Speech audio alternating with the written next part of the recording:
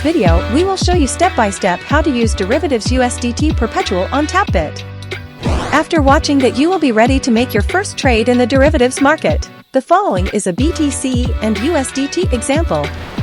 Step 1. Transfer the desired USDT to your derivatives account.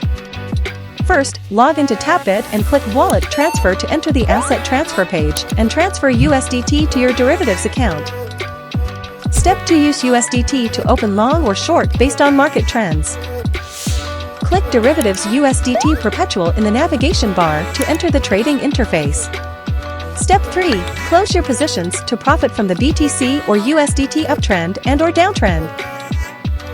Catch the uptrend and click Open Long to buy long. When BTC rises, click Close Long to close your position and take a profit. Then catch the downtrend and click Open Short. When BTC is falling, click Close Short to close your position and take a profit.